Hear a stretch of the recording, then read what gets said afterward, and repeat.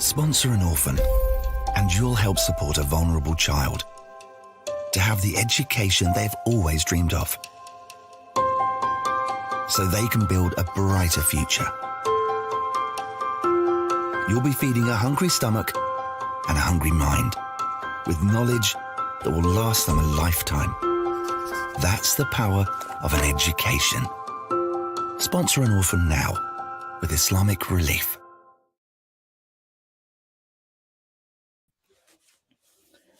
Assalamu alaikum warahmatullahi wabarakatuh, everybody. Welcome to the ShOUT Show with me, your host, Preacher Moss. This is a rather somber day. We've had a series of somber days, as you know, with the shooting in Buffalo, as well as the shooting yesterday in Uvalde, Texas.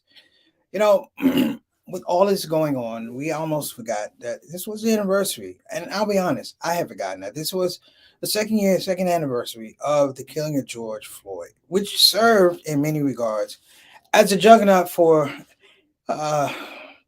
advocacy, talking about police reform, talking about how we do policing, talking about how we are framed as activists, talking about what was the new voice out of the Black community, talking about how do we attack tactfully the oppressors, the things that have been oppressing us for a number of years. And there was a huge groundswell. Everybody remembers that day when they first saw it, whether it was on your iPhone or Instagram. This was a video, brothers and sisters, that was abhorrent and literally leaked to the rest of the world. It was something akin to the civil rights back in '64 when they started broadcasting pictures of little Black boys, little Black girls, and Black existence being attacked by police dogs and police brutality. And people came to understand that the America that they had been pitched was the America of the land and honey, was not America of the land and honey. No, this was an America that was brutal. It was brutal, and it had capacity to make sure that the brutality was contained to a point whereby the people who were being brutalized, the people who were being oppressed, had to buy into a system where they, across the board, in a linear way, were going to continue to be oppressed. You had to buy into the systems that oppress you. If you want to effectively change laws, you have to be a part of that process and undergo and experience the pain and the misery and the discomfort of a law before you can change it. That is the experience of everyone, literally person of color, a person that's been oppressed. You have to go through the oppression before you can even begin to address it, because the people who oppress you cannot understand or even effectively fathom what it is you're talking about. And so as we get into George Floyd, let's be honest. If George Floyd had been arrested, taken to jail, booked, we wouldn't be here right now. All the advocacy that you saw, it wouldn't have been there. If he was just taken to jail for a counterfeit bill. If they said, George, don't do that anymore. Don't bring that money around. Or even if they did investigations, said, well, George, where did you get this bill from? The due diligence was missing. The discernment was missing. And what we began getting into, brothers and sisters, was a litany of things that even then, not just myself, a plethora of people said that there's something wrong with this advocacy, that it was too popular, that everybody could jump on board now with the whole oppression montage because everybody felt oppressed. In the midst of a George Floyd, you had a scourge of Karens. You had a plague of Karens who leaned on white privilege and white history of white women protecting their values, and anyone who didn't do what these women were talking about somehow were a threat.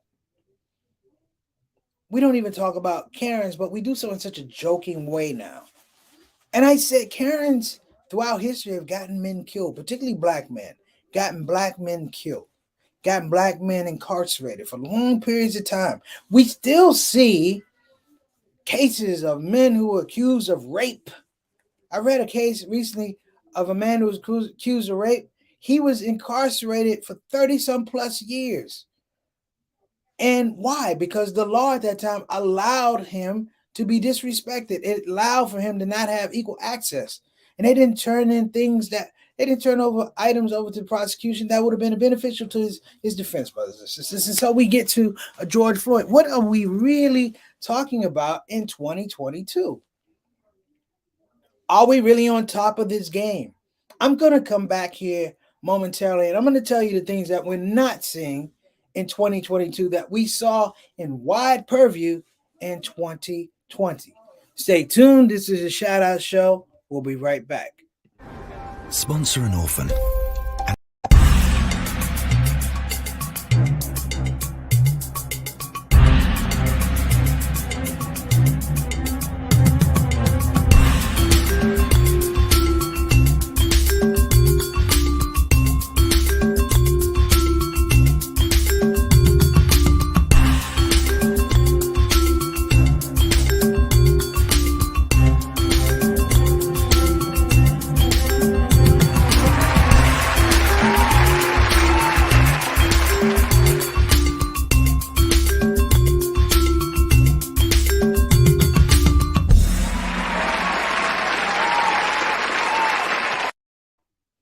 All right, we're back. Before we get into the meat of the conversation, we have some good news. Sister Janice Tuff was released from the hospital. She's home recuperating, alhamdulillah. Of course, Bilal and Sister Sonia Dalton are somewhere out in the Caribbean enjoying themselves. Much love to them. Also, brothers and sisters, I want to make a special announcement that we will be doing some location shooting, hopefully next month. I hope to get a little bit of love from the African American Museum of History to take us around and show us some different stuff. Pray for me. It's a long shot, but I think it'd be great to access that. Also, there's some noise in the background. I have family over. We haven't been able to get together for a while, so be here in the back. Let me close the door. Okay, I can't close the door. But shout out, of course, to everyone who's been on the show. So I'm going to take some time. I want to give some love. Sister Ree, tuning in all the way from Oklahoma City. We hope you're doing well. Big love and salams to you and your family, Brother Derek Chase, along with Brother Juwan. In the building, we have Brother Eric Carter. Walaikum assalam wa barakatuh, Brother Eric. I hope that you had a good iftar because I need those blessings, brother. No, man, I just hope that you had a good iftar. Some people donated the iftar. It was really funny.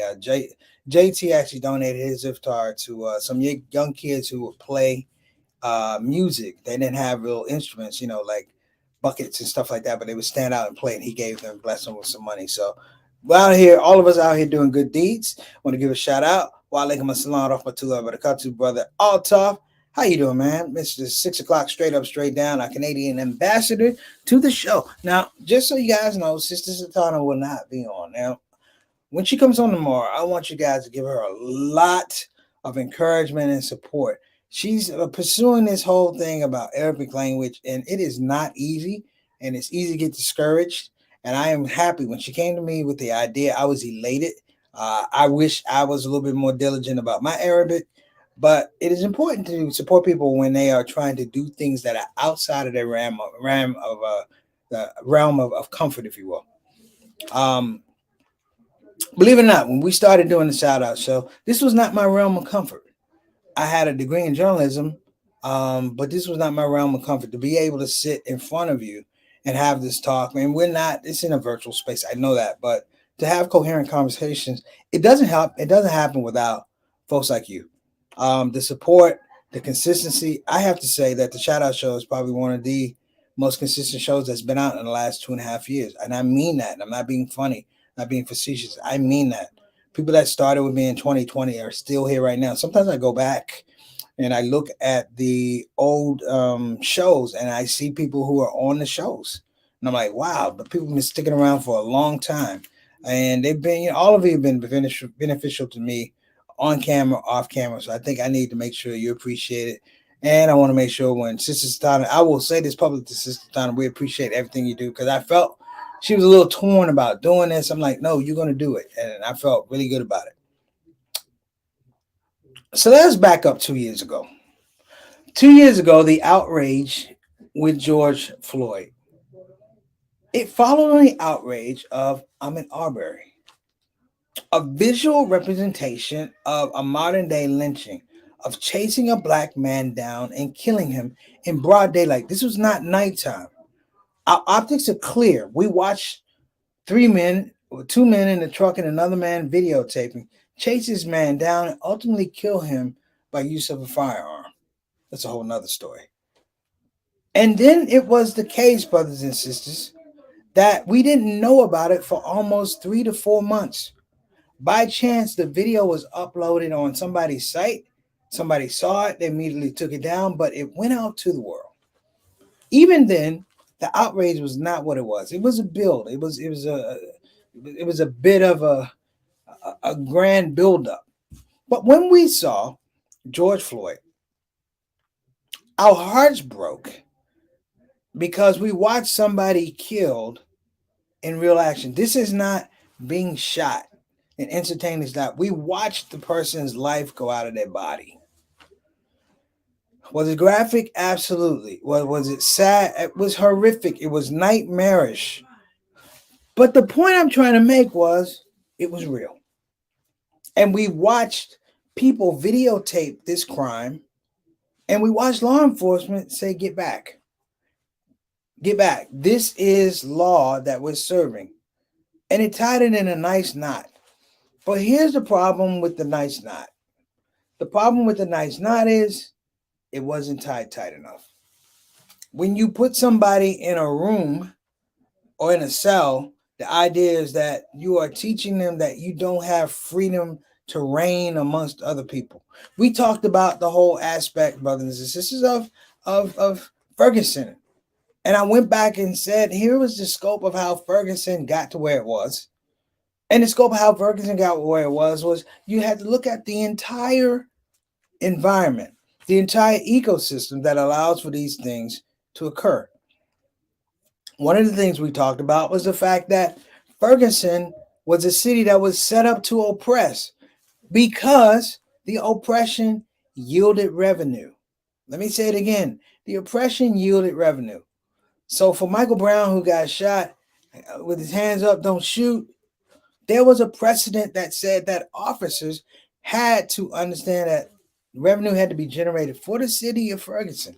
So you had unfair jailing. You had guys who were being issued parking tickets while they were in their cars. You had brothers getting moving citations, $200 jaywalking tickets. And this becomes the reality for everybody. Now, I said it then, and a whole lot of people have been saying it. But when we watched George Floyd, here's the thing that struck our hearts. And you can agree or disagree. The thing that struck our hearts is we watched him and we were helpless. Somebody need to call the police. Well, damn, the police is right there.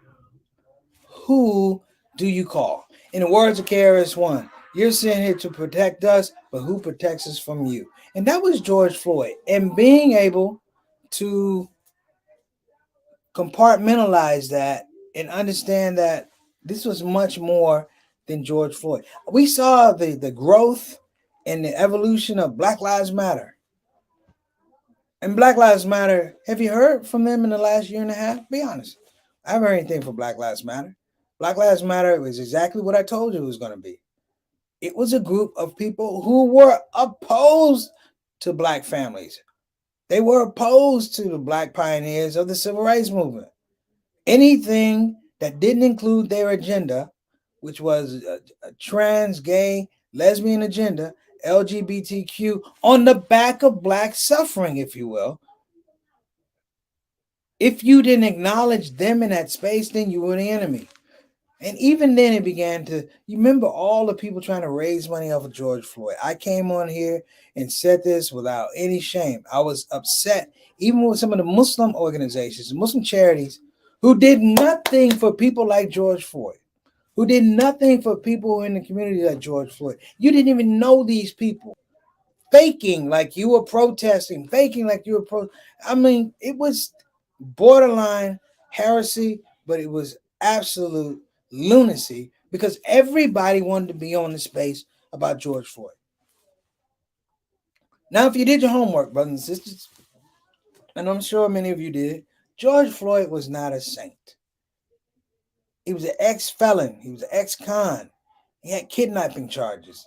He had drug charges. He had weapons charges. He had all these things, but here's the thing I'm going to throw in. It still didn't mean he didn't have a right to live. And before they tried to throw dirt on the man and make him look bad, looked at the law that was in place and the extremity of it that allowed police to do this.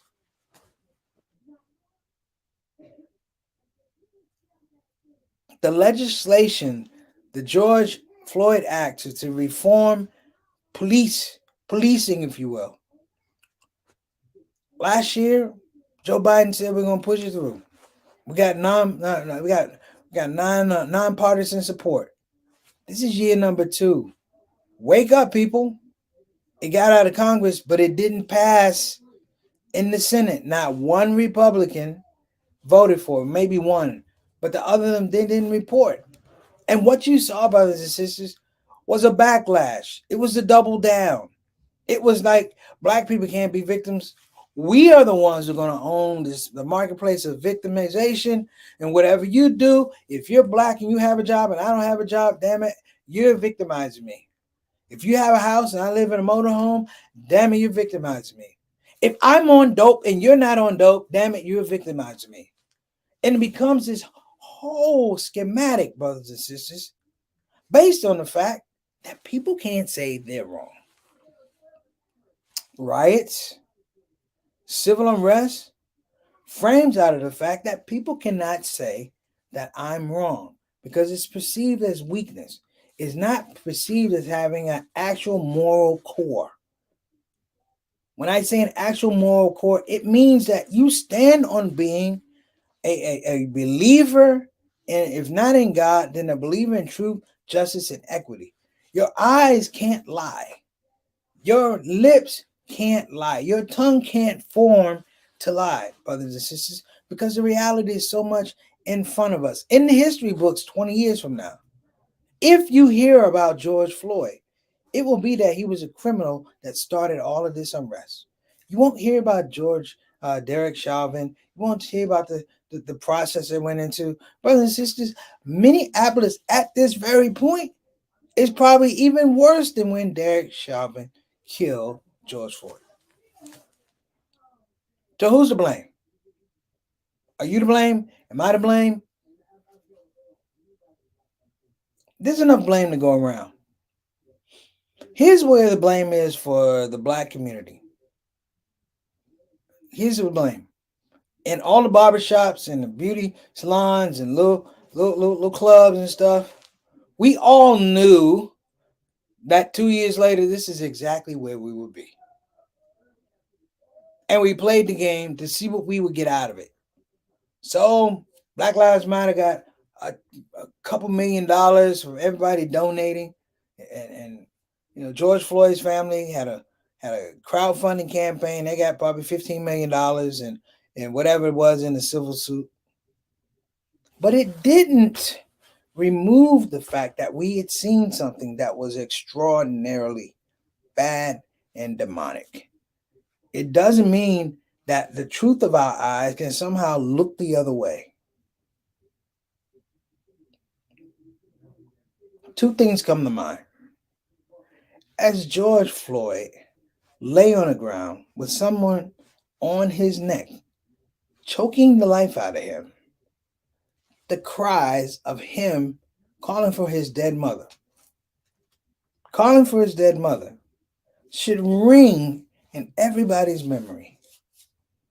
Because everything I told you about George Floyd, he's a child of this creation. He's a child of this creation. And imagine that we have somebody who's in a very trusted position who took and snatched his life because they felt they had the privilege. No more different than Ferguson of a police force that's set to enforce law that is unfair, unjust, and unbalanced. It doesn't matter, brothers and sisters. George Floyd reminded me that it can happen to any of us. If someone does not like us, you can fix it in the paperwork. There's a show on HBO or HBO Max called "We Run This City," and it's a fictionalized accounting of the cops around the Freddie Gray riots in Baltimore. I want everybody to take a look at that because it's a framework of good police, bad police, but it's also about policy that it comes from the top, you know. And let me give a shout out to brother Johnny Thomas, JT, wa alaikum assalam wa rahmatullahi wa barakatuh. Thank you so much for joining the show. Peace and blessings to you and your family. It's a very subtle reminder that it can happen, brothers and sisters. And as we are in 2022, we watch people now physically with intent among us trying to steal elections, trying to frame advantage. They frame advantage because they know in a fair election they can't win. It's much the same as if you were in a race with somebody and it's a straight up race and someone said go and you won the race 100 yards and that person goes, let's go ahead and race again. And you said, okay. He said, well, this time I'm going to take a 50-yard head start. And you go, wait a minute, that's not an even race. You go, nope, a race is a race. And then you run and you still beat that person. Now the person goes, well, I'm going to do a 75 meters and I'm going to cut off your foot. And you go, I can't win like that. And they go, exactly. And that's the race you're going to continue to run over and over and over and over again. George Floyd, in many regards, was the primer for the fact that, brothers and sisters, people, no matter how nice they are or how religious they are, if the right opportunity comes along and they can oppress you or cheat you for monetary gain or property gain or prestige or power, they will do it. The same law that's violated now allows for Derek Chauvin to, guess what, come back and go, I need to get another trial, and taxpayers will pay for it. I mentioned the guy with the Karens. This is a horrible case down in Louisiana, but it was 1970 some Louisiana. Two white girls, twin girls, or white guys said this man held them up and he put the boy and the girl in the trunk and he raped the other one. And it comes out years later that they were all cousins and the cousin had sex with his cousin.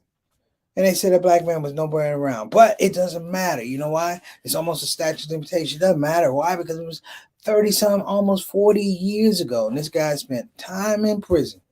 He was released on his 70th freaking birthday for doing almost 45 years behind a lie.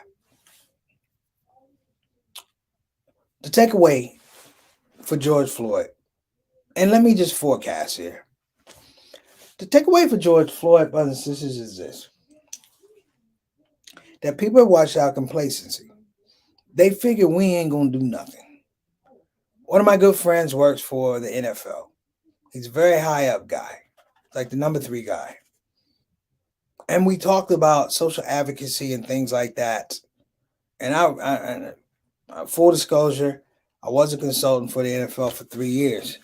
I asked him though, why is it that the NFL has now backed away from all the social advocacy, all the old social justice stuff? And he said something interesting. He said, if you have a football game and you have 1,000 people protesting at the football game, but you got a football game and 80,000 people are expected to attend, 80,000 people will go around 1,000 people and go right in and watch the game. He said sometimes you run into situations, bureaucracies or corporatocracies that are so big that they can afford to fail, that they can absorb $100 million loss or $50 million lawsuit. You know, the city of Minneapolis wrote a check to the George Floyd family, but they didn't really admit guilt. The police department never really admitted guilt. And so you have these supposedly landmark things, and they're not landmark. We couldn't even pass a bill that says you can't choke folks to death. Hear me now. A year after the man was killed, we didn't have the steam and political might to push through a bill that says, listen, you got to stop choking people to death. I didn't say choking people to death. Now, one Republican, well, one, maybe Tim Scott voted for it, but the rest of the Republicans did not. Now, how bold is that? This is the same political body that for years held up having an anti-lynching bill. I'm not going to tell anybody what to do. I'm going to get out of that business. But for the sake of your children and your family and your own personal safety, begin to realize that this situation that's being laid out for you, that's being concocted right now as we speak, is not inclusive of your best interests. That a criminal that does criminal things but doesn't face criminal action is a dangerous individual. And we're not talking the borderline criminal that steals, a drug dealer. We're talking political criminals who look at the law, understand that the law is disingenuous to different types of people. It does not protect people, and they don't give a damn.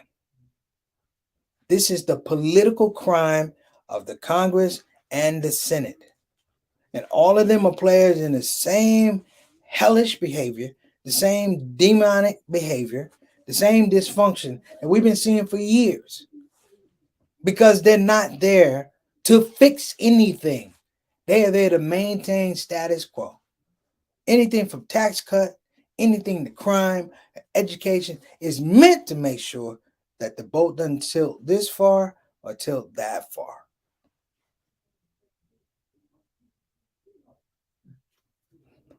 My job is that of a social commentator more so than a comedian. Everything I have talked about for the last year and a half is going to wind up in my act. It already has. Speaking on things that people are comfortable with, and there'll be some things in my show that people are not comfortable with because it is the truth. Because we have grown into this lazy, do nothing society that does nothing but complain, mourn, and come up with uncreative ideas. And when they come to ideas, you go to the people who want nothing to do with you. You take the knife out of your back and you give it to the person who stabbed you. That's insanity. We don't do that. A person punches you in your mouth, you don't go, thank you. A person, oh my God, I can't even come. I see this all the time. That we're passive in our actions. We talk about what we're going to do. Listen, if you don't have the power from the system, then you're going to have to develop your own system of power.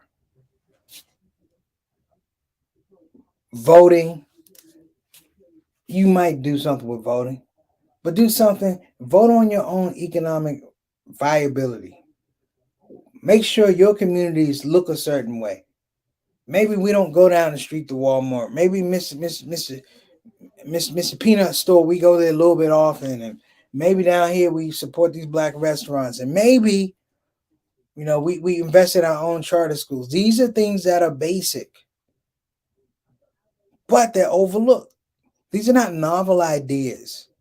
And this whole thing, I know I've talked about, if these people are unhealthy, do we need to be around them? Well, we have no choice. We're going to be around them. And when you get healthy, you will have everything in their power to make sure either they make you unhealthy or get you in your mind thinking that you are somehow sick for thinking independently. This is George Floyd's anniversary. This is not his birthday. This is not him graduating school, getting a GED. This is none of that. This is the truth. Hold on a minute. Oh, we got somebody, Tarot Destroyer. Let me see. Let me put this up on the screen. This is where I'm dealing with. Race pimps like you never address black abortion. You're useless.